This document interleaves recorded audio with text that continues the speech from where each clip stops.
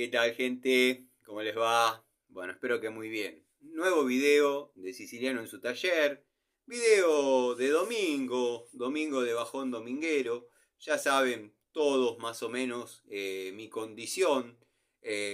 Dicho día, entre las 5:30 de la tarde y las 9 de la noche, mi alma se encuentra en un estado de profundo desasosiego, donde, bueno, cualquier soga, cualquier manera que intenten de rescatarme del pozo de la depresión y la amargura, no va a alcanzar. Imagínense que ustedes tengan una soga de 10 metros para tirarme y sacarme, yo me voy a encontrar a 10 metros 50 centímetros, no siendo una de mis posibilidades, o mejor dicho, uno de mis mejores desempeños, el tema salto.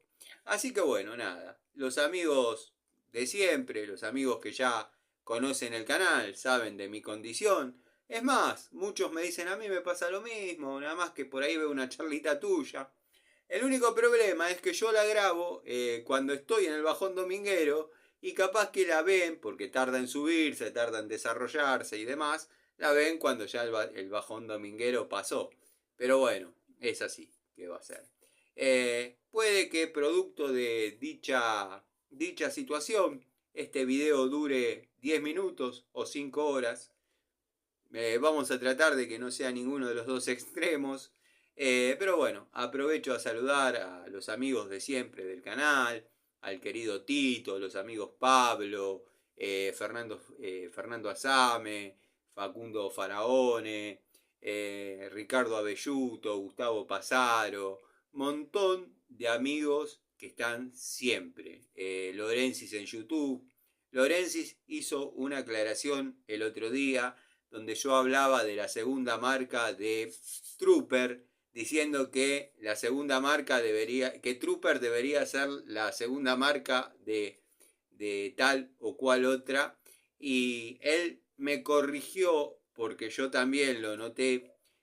Las unidades que comenzaron a venir de muy buena calidad son las Trooper Expert. Yo he mostrado acá en el canal una serie de pinzas que he comprado y han dado un excelente resultado. Trooper Expert. Quería hacer la aclaración porque estuvo muy bien acotado por el amigo.